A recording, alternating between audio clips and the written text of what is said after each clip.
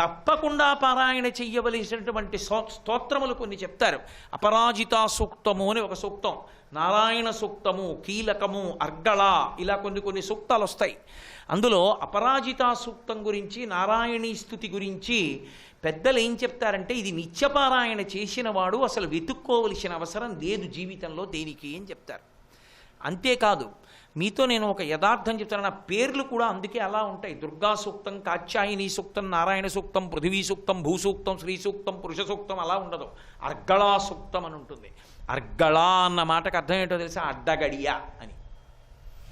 అంటే అర్గళా సూత్రం ఒకసారి చదివారనుకోండి, అది గడియ పెట్టేస్తుంది. ఇక్కడ అది ఏ గడియ అంటే, తలుపులేసి పూర్వం పెద్ద కొయ్య దొంగడ్డు పెట్టేవారు. ఇలా 2 ఇనప ఉండేవి, వాటిలో దొంగ వేసేస్తే ఇక బయట నుంచి తలుపులు తోసినా సరే తెరుచుకో. ఒకరోజు సూర్యోదయం నాటికి అర్గళా చదివాడు అనుకోండి, అది ఎలా కాపాడుతుందంటే 2 నుంచి కాపాడుతుంది. ఒకటి, ఆపద నుంచి కాపాడుతుంది. ఆపద అన్న మాటకు అర్థం ఏమిటో తెలుసా? ఆపద అంటే మన బుద్ధి చేత మనం తప్పించుకోలేని దాన్ని ఆపద అని పిలుస్తారు. అంటే నేను ఇదిగో ఇది చదువుకున్నాను, నేను ఈ ఉద్యోగం చేస్తున్నాను, నా దగ్గర ఇదిగో ఈ ఎల్ఐసి పాలసీ ఉంది అని ఇవేవి ఎక్కడ పనికిరావో అది వచ్చేసిన తర్వాత దానికి ఆపద అని పేరు. ఆ ఆపద తప్పించగలిగినది ఎవరు అంటే అమ్మవారు ఒక్కతే. ఆవిడొక్కతే తప్పిస్తుంది, ఇతరులెవ్వరూ తప్పించలేరు. దాన్ని ఆపద అని పిలుస్తారు. నాకు ఎన్ని ఉండనివ్వండి, ఎన్ని రక్షణలు పెట్టుకోనివ్వండి, ఆపద వచ్చేసినప్పుడు పడిపోవలసిందే. ఆ ఆపద నుంచి ఉద్ధరించగలిగినది అమ్మవారు ఒక్కతే. నా జీవితంలో ఈ విషయంలో పరమానుభవాన్ని పొందే ఒకసారి. ఓ రోజు రాత్రి, తరచుగా నేను అంటుంటాను కూడా అప్పుడప్పుడు, సామర్లకోటలో ఉద్యోగం చేసే రోజుల్లో కటిక చీకటి, సామర్లకోట రోడ్డు ఎక్కే వరకు నేను పనిచేసినటువంటి డిపోలో ఏదో ఇన్స్పెక్షన్ వస్తోందని చెప్పి రాత్రి 9 వరకు ఉండి దాని గురించే ఆలోచన చేస్తూ ఏదో లైట్ వేసుకోవడం మర్చిపోయి వెళ్ళిపోయాను మోటార్ సైకిల్ మీద. ఆ రోజుల్లో మోటార్ సైకిల్ లేదు నాకు, స్కూటర్ మీద వెళ్ళిపోతుంటే కొంచెం దూరం చీకట్లో పుంత రోడ్డు, అది వెళ్ళిన తర్వాత జ్ఞాపకానికి వచ్చింది, ఇక్కడ నల్లత్రాసు తిరుగుతుందిరా, మనం లైట్ వేయలేదని చెప్పి లైట్ వేసా. ఖచ్చితంగా అదే పడుకునుంది. ఎంత దూరం? అంత దూరంలో ఉంది. ఎంత ఉంది అంటే, యువతల పక్కన నీటి కయ్య ఉంది, ఆ నీటి కయ్యలో కొంత శరీరం ఉంది, రోడ్డంతా ఉండి అది చిన్న పుంత రోడ్డు. ఆ రోడ్డు దాటి యువతల పక్కన ఉన్నటువంటి కొంత ప్రాంతం వరకు ఉండి గడ్డిలోనో ఎక్కడో తలకాయ పెట్టింది. ఇంత లావు నుండి పడుకునుంది నల్లగా. నేనేం వేద్దామనుకోలేదు బ్రేకు, భయం కొద్దీ కుడికాలు తొక్కేసింది బ్రేక్ని. కీచుమని దాని దగ్గరికి వెళ్ళి ఆగిపోయింది. స్కూటర్ అన్న తర్వాత కార్లా అద్దాలు ఎత్తేసి 2 కాళ్ళు పెట్టి కూర్చోవడం కుదరదుగా, ఎడంకాలు కింద పెట్టాలి. ఎడంకాలు కింద పెట్టాను. ఎడంకాలు కింద పెట్టి ఒళ్ళు చెమటలు ఎక్కిపోయింది. అది ముందుకెళ్ళిపోతుంది అనుకుంటే వెనక్కి వచ్చింది. ఇలా అలా కూడా వస్తుందని నేను అప్పుడే చూశాను. అది ఇలా వచ్చి పడగెత్తింది. స్కూటర్ హెడ్లైట్ పడుతోంది. చావుకి బతుక్కి మధ్య గడప మీద నించున్నాను. అది ఇలా పడగెత్తింది. నేను ఇలా పట్టుకుని ఉంటే చేత్తో స్కూటర్ని, నా చేతికి సమానంగా దాని పడగ కనపడుతోంది. కళ్ళు అవి మెరిసిపోతూ కృష్ణపాదాలు. నేను మీతో పరమసత్యం చెప్తున్నా, ఇలా కదిపి చూసింది, ఇలా చూసింది, కాలు కనపడింది. నేను చేతినో కాలునో కొడుతుంది అనుకున్నాను. దానికి ఏమైందో తెలియదు. మరి అది పడగ దింపి వెనక్కి తిప్పి నీళ్లల్లోకి వెళ్ళిపోయింది. నేను అలా చూస్తుండగా స్కూటర్ లైట్లో ఇంచుమించు 1.5 నిమిషాల సేపు వెళ్ళింది దాని శరీరం. వెళ్ళిపోయింది. దానికి ఇలా అనొచ్చు అనకుండా దింపి వెళ్ళిపోయింది. మీరు ఒక్కటి చెప్పండి, దింపి వెళ్ళిపోవడానికి అది నాలో ఏం చూసి దింపి వెళ్ళిపోవాలి? నేనేం మహాత్మున్నా మహాపురుషున్నా? అప్పుడు ఎందుకు దింపిందో తెలుసా? అమ్మవారు అనుగ్రహించింది, చంపకు వాణ్ణి అందంతే. ఆవిడ శాసనం, కరవడానికి వీల్లేదంది. ఆ శాసనం ఆవిడికి అర్థమైంది, పాము కిందకి దింపి వెళ్ళిపోయింది. కాబట్టి బతికి బట్ట కట్టి ఇవాళ మీకు ఉపన్యాసం చెప్పాను. ఏది నన్న ఆపద నుంచి తప్పించగలదు చెప్పండి? అంటే శాస్త్రం ఏం చెప్పిందంటే, ప్రతినిత్యం అర్గళా స్తోత్రాన్ని ఎవడు చదువుతాడో వాడు గడియ పెట్టేసుకున్నట్టే లోపల. వాడిని ఇక ఆపదలు చెనకవు, వాడిని ఆపదలు తాకలేవు అర్గళా స్తోత్రం చదువుకుంటే. అందుకే అర్గళ ప్రతిరోజు పారాయణ చేసే అలవాటు ఉంటుంది కొంతమంది పెద్దలకి. 1, 2 అర్గళ చదవడం అలవాటైతే వచ్చే లక్షణం ఏమిటో తెలుసా? దేవీ నవరాత్రుల మొదటి 3 రోజు ఉపాసనా బలం ఏది ఉంటుందో అది ప్రతిరోజు సిద్ధిస్తూ ఉంటుంది. లోపల గడియ పెట్టేసుకున్నాడు అనుకోండి, బయట నుంచి ఏమైనా రాగలదా? ఏది రాలేదు, ఇంకా పైకి ఎక్కలేదు. అసలు చాలా చమత్కారమైనటువంటి విషయం ఏమిటో తెలుసా? అమ్మవారు నిర్భయత్వాన్ని చెప్పాలనుకుంటే భైరవీ స్వరూపంతో వస్తుంది ఒకసారి కుక్కల, అదో లక్షణం. కాబట్టి ఆ తల్లి అనుగ్రహించాలనుకుందనుకోండి, అర్గళ గడి అడ్డు పెట్టేస్తే బయటవి లోపలికి రావు. అంటే అసలు విషయ వస్తువులు, విషయ సంబంధమైనవి లోపలికి వచ్చి ఇంద్రియములకు ఉద్రేకాన్ని కల్పించి అనుష్ఠానాన్ని పాడు చేసేసి వాడు పతనమైపోయేటట్టుగా చెయ్యకుండా రక్షించడానికి అమ్మవారు కాపాడుతుంది. గడియగా పడిపోతుంది. అలా గడియగా పడేటట్టు చెయ్యగలిగిన స్తోత్రం కాబట్టి దానికి ఇంకా ఏ పేరు పెట్టలేదు, అర్గళా సూక్తము అని పిలిచారు. అంత గొప్పది సప్తశతీ పారాయణలో చదువుతారు. అలాగే అపరాజితా సూక్తం మీరు అందులో వింటుంటారు. అందులో ఎంత చమత్కారంగా పెడతాయంటే సూక్తాలు కూడా, నారాయణీ సూక్తము, ఈ అపరాజిత, నాకు విడివిడిగా ఒక్కొక్క సూక్త వైభవం చెప్పడానికి సమయం లేక కలిపి విహంగ వీక్షణంగా మాట్లాడుతున్నాను. ఒక్కొక్క సూక్తం ఒక్కొక్క వైభవంతో పెడుతుంది. నమస్తస్యై నమస్తస్యై నమస్తస్యై నమో నమః అంటూ విష్ణుమాయా విశేషాలన్నీ చెప్పుకుంటూ పెడుతుంది.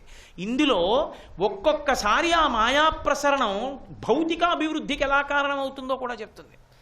యాదేవీ సర్వభూతేషు తృష్ణారూపేణ సంస్థిత నమస్తస్యై నమస్తస్యై నమస్తస్యై నమో నమః. భౌతికాభివృద్ధికి తృష్ణ కారణం అవుతుంది ఒక్కొక్కసారి. మీరు చూడండి,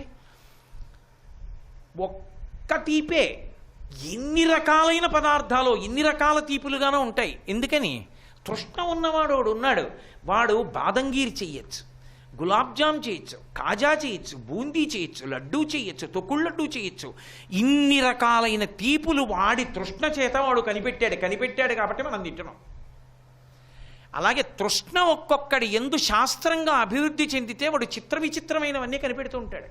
నా చిన్నతనంలో ల్యాండ్ ఫోన్ ఎవరైనా ఇంట్లో ఉండి మోగితే చాలా గొప్పగా చూసేవాళ్ళం. ఇప్పుడు లోకాన్ని పాడు చేయడానికి స్కూటర్ మీద ఎడుతూ కూడా సెల్ ఫోన్. కాబట్టి తృష్ణారూపేణ సంస్థిత, అమ్మవారు ఎన్ని రూపాలుగా అన్వయం అవుతుందో చెప్తుంది సూక్తం. ఇవన్నీ ఎప్పుడు? దేవతలు అమ్మవారిని స్తోత్రం చేశారు ఆయా రాక్షస సంహారాలు చేసేటప్పుడు.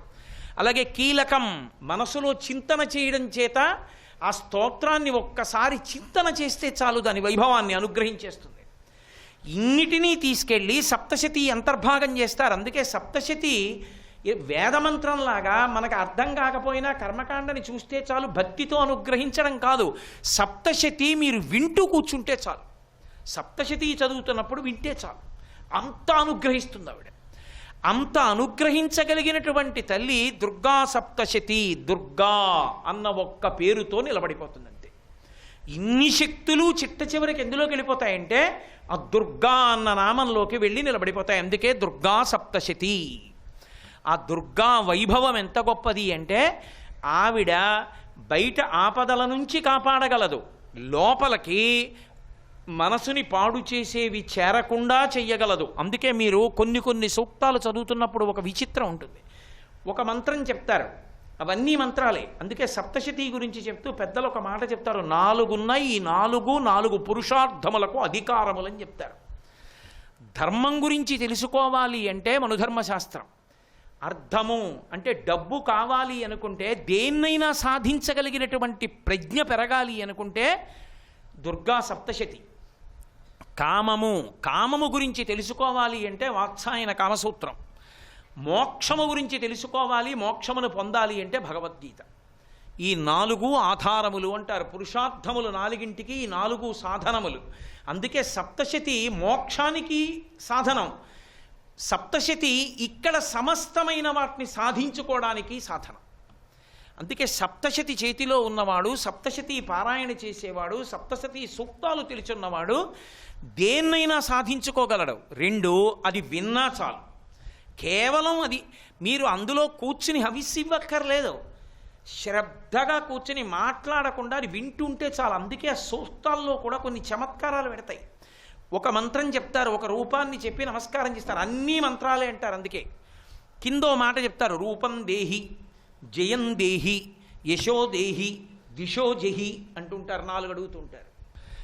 రూపం దేహి, రూపం దేహి అంటే రూపం ఉందిగా, కొత్తగా రూపం ఏమిటి అంటే, రూపం దేహి అంటే ఇప్పుడున్న రూపం పోయి ఏదో కొత్త రూపం రావాలని కాదు, భగవత్ సంబంధమైనటువంటి జ్ఞానమును ఇముడ్చుకోవడానికి కావలసినటువంటి తేజస్సును అనుగ్రహించమని. అది వీర్యశక్తి తేజోశక్తిగా, తేజోశక్తి ఓజోశక్తిగా పరిణమించి ఓజోశక్తి నిలబడి అది ప్రకాశవంతంగా తీక్షణమైనటువంటి తేజంగా మారి ఆరా అంటారు.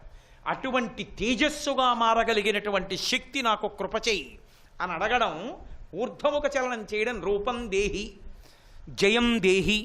జయం అంటే మనసు చెప్పిన ప్రతిదానికి వశం కాకుండా ఉండాలి. కోట్ల జన్మలుగా అది అలవాటు మనసుకి, అది చెప్పేస్తూ ఉంటుంది. ఏం పర్వాలేదు, ఆయన అలాగే చెప్తాడు, ఇచ్చుడు, ఇది తినేయి, ఇది వాడు, దీన్ని ముట్టుకో, దీన్ని పట్టుకో, రకరకాలు చెప్తుంది. కానీ వాటన్నిటి వల్ల పతనమైపోతుంటాడు, తేజస్సు క్షీణించిపోతుంటుంది. నేను దీన్ని మీకు చెప్పాలి అంటే, దీన్నే పైకి లేచిన పావుతోటి కింద కలుగులోకి ఎడుతున్న పావుతోటి సంకేతిస్తారు. అందుకే దేవతలందరూ పావులు వేసుకుంటారు, నాగాభరణం. రోహిణీ శక్తి అని ఉంటుంది అమ్మవారి శక్తి శరీరంలో. అది ఎలా ఉంటుంది అంటే, ఈ అత్తర తయారు చేసేవాళ్ళు ఉంటారు, పెద్ద పూల తోట వేసి నీళ్లు పెట్టి పూల మొక్కలన్నీ పెంచి పువ్వులన్నీ కోసి పువ్వులలో ఉండేటటువంటి సారం పరిమళాన్నంతటినీ పిండి ఇంత చిన్న సీసాతో ఇంత పరిమళ ద్రవ్యాన్ని తయారు చేస్తాడు. అంత కష్టపడితే ఈ పరిమళ ద్రవ్యాన్ని తీసి చిన్న గిన్నెలో పెట్టి అక్కడ పెడితే తెలియక మనవడొచ్చి దాన్ని మురుగుడు గుంటలో పోసాడు అనుకోండి, ఈ వాసన మురుక్కి కూడా వస్తుందా అని. మురుక్క వాసన వస్తుందా? కానీ ఎంత కష్టపడ్డ పరిమళ ద్రవ్యం పోయింది. అంతకన్నా నేను ఉపమానం చెప్పలేను ఇంకా సభాముఖంగా. అమ్మవారు లోపల రోహిణీ శక్తిగా ఉండి మనం తీసుకున్నటువంటి ఆహారం పచనమై లోపల జీర్ణమైనప్పుడు పరమసారవంతమైనటువంటి పదార్థాన్ని వీర్యశక్తిగా మారుస్తూ ఉంటుంది. అది తేజోశక్తిగా ఓజోశక్తిగా పరిణమించాలి. అలా మారితే పాము పైకి లేచిందంటారు. కాకుండా కామప్రచోదనానికి స్ఖలనమైపోయి తేజస్సు పోతుంటే కలుగులోకి పోతున్న పాముతో సంకేతిస్తారు. అందుకే మంచి పాము చెడు పాము అని 2 పాములుగా సంకేతిస్తారు. సౌందర్యలహరిలో దీని మీద శంకర భగవత్పాదులు శ్లోకం కూడా చేశారు. కాబట్టి అమ్మవారి యొక్క అనుగ్రహంతో భగవత్ శక్తి ఆత్మ అనుభవంలోకి వచ్చేటట్టుగా మార్చగలిగినటువంటి వైభవంగా తేజస్సుగా నిలబడేటట్టు నన్ను అనుగ్రహించు అని అడగడం రూపం దేహి, జయం దేహి. కనబడ్డ ప్రతి వస్తువు మనసు ఏం చెప్తే దానికి లొంగిపోయేటటువంటి లక్షణాన్ని నేను గెలవగలగాలి. బాహ్యమైన ప్రతిబంధకాల్ని, ఆంతరమైనటువంటి కామక్రోధ లోభ మద మోహమాత్సర్యములను గెలవాలి. ఇలా గెలవడానికి కావలసినటువంటి శక్తిని మనం అడగడం జయం దేహి. మీరు ఒకటి గమనించాలి, మనకి ఋషులలో ఒక గొప్పతనం ఉంది, ఇది మీకు ఎక్కడా కనపడదు. కేవలం ఇలా చెప్పి ఇలా చేసుకో అని వదిలిపెట్టరు, చెప్పి మార్గం చెప్తారు. దొంగతనం చెయ్యకు, పరస్త్రీల యందు వ్యామోహం పొందకు అని చెప్పి వదిలిపెట్టేరు. అలా అటువంటి శక్తిని పొందడానికి మార్గాన్ని పక్కనే చెప్తారు. పరద్రవ్యాణి లోష్టవత్. నువ్వు అలా నడిచి వెళ్ళిపోతున్నప్పుడు నీకు బెడ్డ కనపడింది, తీసి లాల్చీ జేబులో పెట్టుకుంటావా? అలా వెళ్ళిపోతుంటే ఒక గొలుసు కనపడింది, నీది కాదుగా, అది బెడ్డ ముక్క, వెళ్ళిపోయావు. నాది కానిది నాది కాదు, వెళ్ళిపోయావు. నీవు లోభగుణం నుంచి బయటపడాలి అంటే మార్గం చెప్తారు. అలాగే మాతృవత్ పరదారేషు, ఆడతనం చూస్తే పాలు పొంగుతాయి, పాల గిన్నె కింద అగ్ని. అమ్మతనాన్ని చూస్తే పైనుంచి పోసిన నీళ్లు కిందకి వెళ్ళిపోతాయి. కాబట్టి మాతృవత్ పరదారేషు, నేను ప్రతిరోజు నమస్కరించే కామాక్షియే ఇదిగో ఇంతమందిగా ఇన్ని ముఖాలతో సహస్రశీర్షవదన సహస్రాక్షి సహస్రపాత్, ఆ తల్లి ఇన్ని రూపాలతో వచ్చి కూర్చుంది నా ముందు అనుకో, పాలు కిందకి వెళ్ళిపోతాయి, పైకి పొంగవు. మార్గాలు చెప్తుంది శాస్త్రం. ఈ మార్గముల యందు ధృతి అంటారు, అది సత్యమన్న విశ్వాసంతో పట్టుకోగలిగిన పూనిక ఏర్పడితే ఆ పూనిక ప్రతిబంధకములను గెలవగలిగిన శక్తిగా మారుతుంది. అది జయం దేహి. అమ్మ అటువంటి జయాన్ని నాకు రూపం దేహి, జయం దేహి, యశో దేహి. యశస్సు అంటే నిర్మలమైన కీర్తి, నేను ఏదో ఓ రాజు ఉన్నాడు, ఆ రాజు 4 రాజ్యాలు గెలిచాడు, ఇప్పుడు అది ఎక్కడి వరకు పనికొస్తుంది? ఆయన ఉన్నంత వరకే. ఆయన కొడుకు రాజ్యానికి వెళ్ళాడు అనుకోండి, వాడు బలహీనుడు అనుకోండి, ఆయన కూడా అడిగిపోతాడు, ఈ రాజ్యం ఇంకొడుకు పోతుంది. పోతన గారు అంటారు, కారే రాజులు రాజ్యములు గెలవరే గర్భోన్నతిం పొందరే వారేరీ సిరి మూట కట్టుకొని పోవంజాలిరే భూమిపై పేరైనం గలదే సిబి ప్రముఖులను ప్రీతిన్ యశక్కాములై ఈరే కోర్కెలు వారలం తలపరే ఈ కాలమున్ భార్గవ అంటారు. నిర్మలమైన కీర్తి అంటే ధర్మాన్ని శాస్త్రాన్ని నమ్మి చేసినటువంటి పని వలన ఆయన పుట్టిన కారణం చేత ఆయన తర్వాత 7 తరాల వరకు కూడా రక్షణ శక్తి నిలబడి వాళ్ళు రక్షింపబడేటట్టు, ఆయన ఉదాహరణగా తర్వాత కొన్ని లక్షల సంవత్సరాలు కూడా చదువుకునేటట్టు నిలబడిపోయిన కీర్తి త్రేతాయుగంలోని రాముడు కలియుగంలో కూడా ఎందుకంతలా ధర్మానికి నిలబడి రామాయణం చదివి రామనామం రాసి రామకథ చెప్పుకుంటాం? పసిపిల్లలకు కూడా రామకథ ఎందుకు చెప్తాం? రాముడిలా బతికితే ఎవ్వరికీ ఇబ్బంది ఉండదు. కాబట్టి అదిగో అటువంటి నిర్మలమైన కీర్తిగా నా జీవనకాలము ధర్మాన్ని అనుష్ఠానం చెయ్యాలమ్మా, ఆ శక్తిని నాకు ఏదో ప్రలోభాలకి కాదు, ధర్మమునందు నాకు అనురక్తి కలగాలి, దాని చేత నాకు కీర్తి కలగాలి, అంతేకానది కండూతి కాదు. నిర్మలమైన కీర్తి అంటే ధార్మికమైన జీవనం. కాబట్టి యశోదేహి ద్విషోజహి, ద్విషోజహి అంటే శత్రువులను గెలవగలిగినటువంటి లక్షణాన్ని. ఎవరు శత్రువులు? బయటి శత్రువులు కాదు.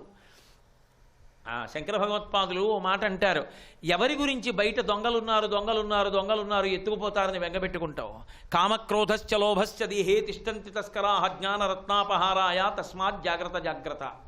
ఇక్కడే ఉన్నటువంటి దొంగల్ని నిగ్రహించగలిగినటువంటి శక్తి పొంది ఉండడం, వాళ్ళు దొంగలు అని తెలుసుకుని వాళ్ళ పట్ల అప్రమత్తతతో ఉండి వాళ్ళని నువ్వు ఏమార్చగలిగి ఉండడం, తొక్కిపెట్టి ఉండగలిగినటువంటి లక్షణాన్ని పొంది ఉండడం, కామక్రోధాదులు శత్రువులని గుర్తిరిగి వాటికి దూరంగా ఉండగలగడం, లేదా ధర్మంతో ముడివెయ్యగలగడం, ఇది ఎక్కడ వస్తుందో అక్కడ ద్విషోజహి, శత్రువుల్ని గెలిచాను.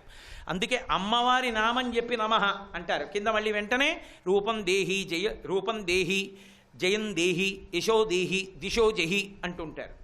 అది వింటూ మనం కూడా ఏం చేయాలంటే ఆ నమః అన్నప్పుడు నమస్కారం పెట్టి మనసులో కోరుకుంటుండాలమ్మా, అనుగ్రహించు.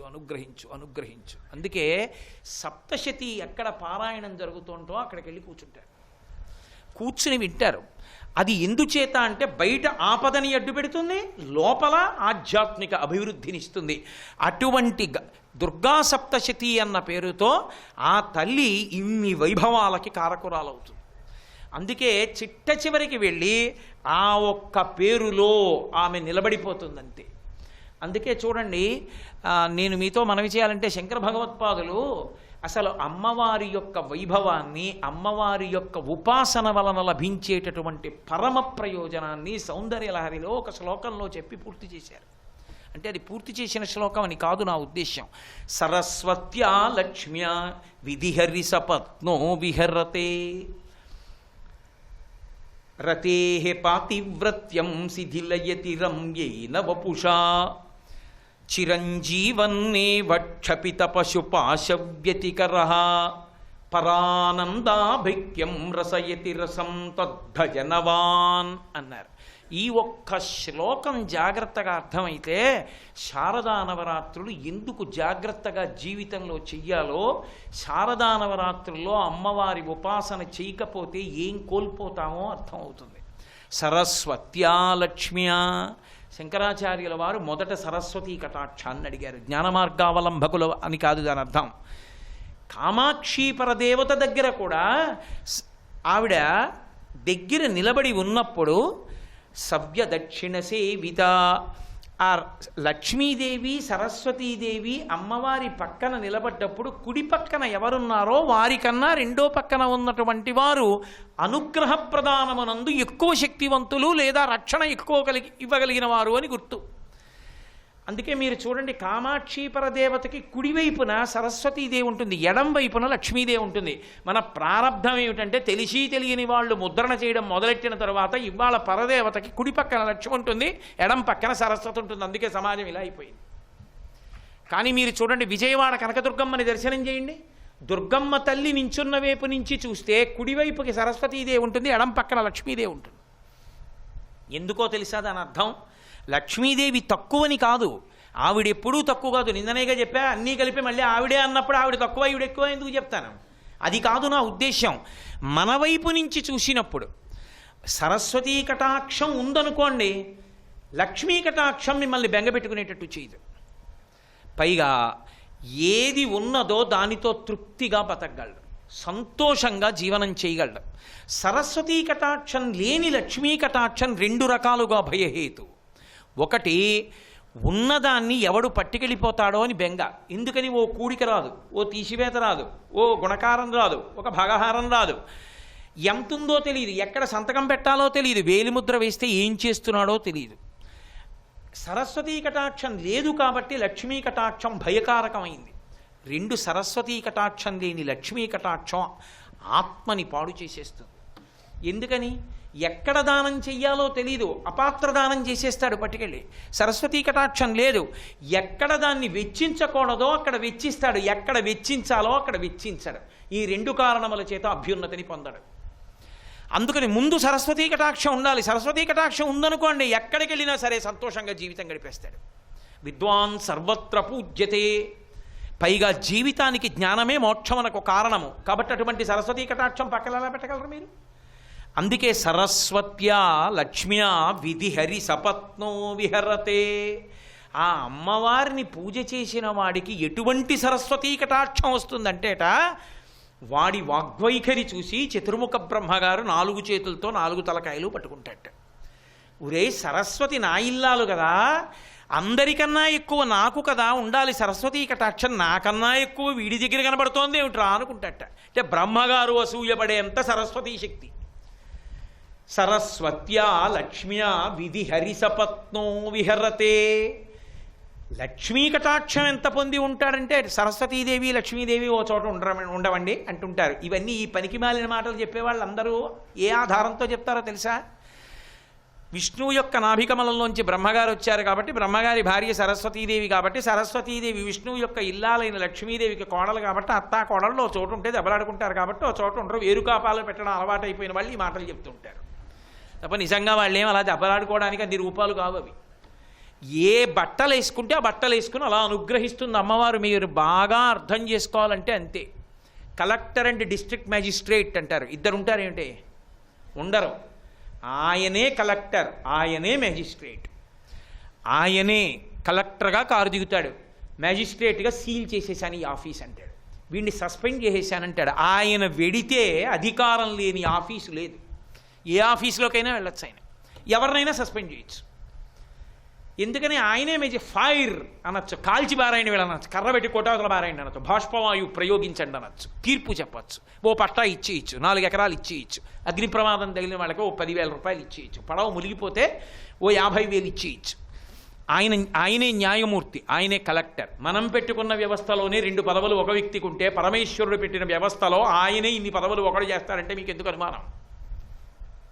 ఆవిడే తెల్ల బట్టలు వేసి కూర్చుని సరస్వతీ కటాక్షం ఇస్తుంది, ఆవిడే పచ్చటి బట్ట కట్టుకుని లక్ష్మీ కటాక్షం ఇస్తుంది, ఆవిడే ఎర్రటి బట్ట కట్టుకుని బలం ఇస్తుంది. సర్వం శ్రీ ఉమామహేశ్వర పరబ్రహ్మార్పణమస్తు. స్వస్తి.